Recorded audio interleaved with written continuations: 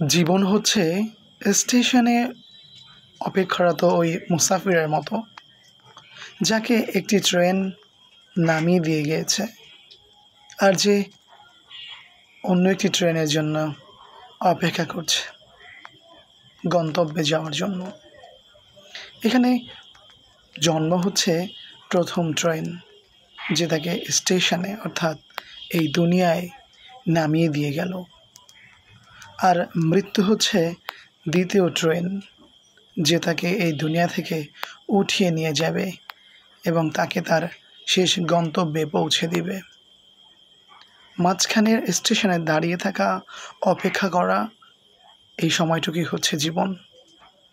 এই সময়টুকুর ইউজ ও অ্যাবিউজ এই দুইয়ের মধ্যেই নির্ভর করছে আমাদের কল্যাণ, অকল্যাণ, জান্নাত, জাহান্নাম।